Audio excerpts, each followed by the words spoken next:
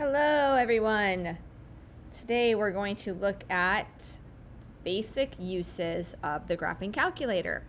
So some of you may already have one, and if you don't and need to check one out from the textbook center, let administration know so they can get you all hooked up. So I'm going to go through some of the basics today. You may or may not remember how to do this from last year, or maybe you've never seen the calculator, and that's certainly okay. So as you can see, there's a glare. I apologize for that, but I've been trying to make it better with not much luck. So the very basics of the calculator: on is in the lower left, and to turn the calculator off, you do second off. On. There you go. There's no equal sign on this calculator. The equal sign is instead enter.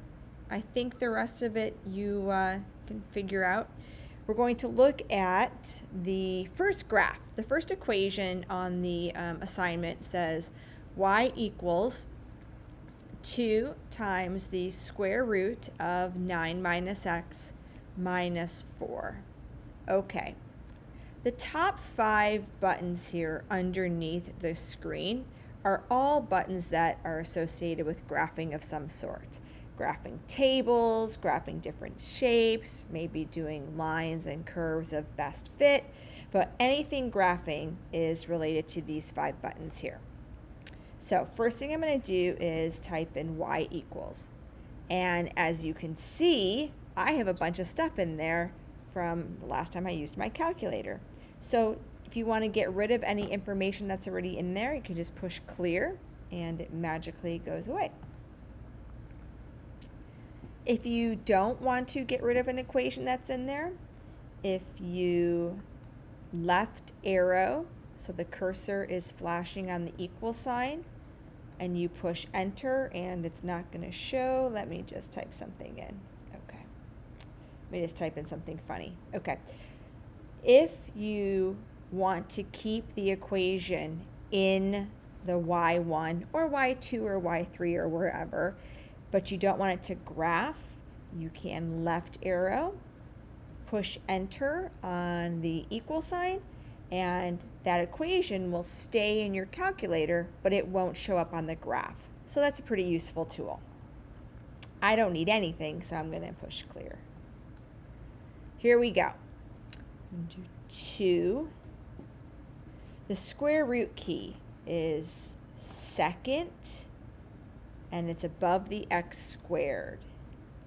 So again, I did second, and then x squared, which is 1, 2, 3, 4, the 5th key down on the left-hand side. And then I'm going to type 9 minus the variable key. The variable key is underneath mode. So you have mode, and then right below that it says x, t, theta, n. And when you push that, an x shows up. Now, here's one little trick. If I just type in minus 4, you'll notice that it is still underneath the square root sign, and that's not what I want. So I'm going to backspace and delete.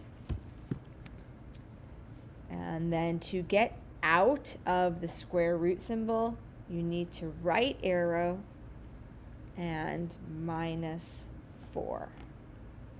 So let me do that again. You want 2 second x squared, which is the square root symbol, 9 minus x, arrow to the right, minus 4. Let me see if I can zoom in this a little bit.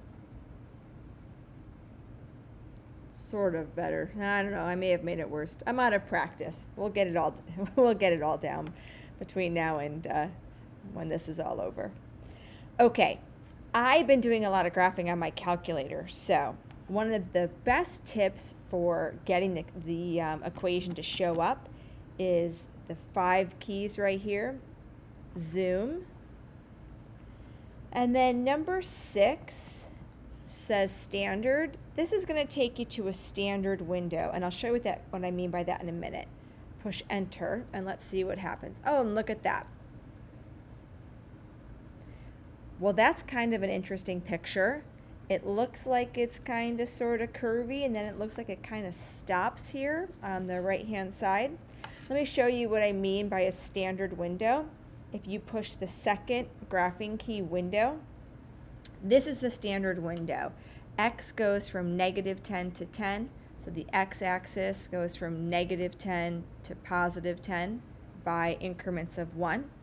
And then y goes from -10 to +10 by increments of 1. One thing that might be helpful, and I haven't tried it yet, so let's see what happens. You might want to do a zoom fit.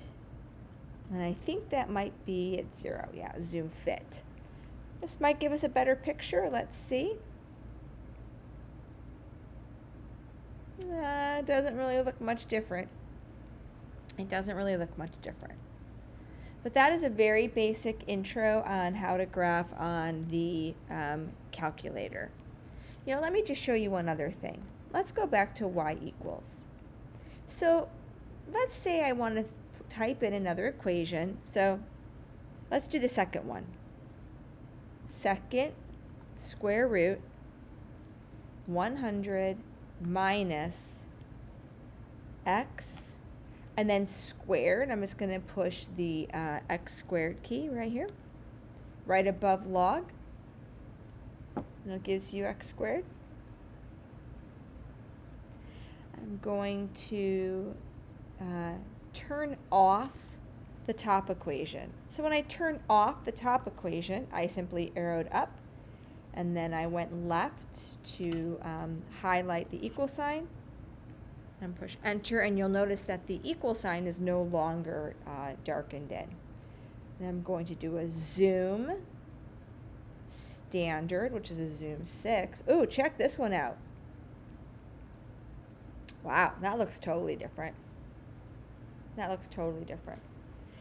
So that's the very basics of the graphing calculator, which we will be using much more throughout the year. And then there's also a Desmos attached, not a troubleshooting guide, instructional guide.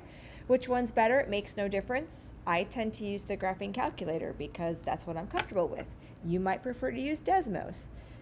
In the big picture, the graphing calculator is going to be important for when you are taking more advanced tests. But there's an intro. Have a good day.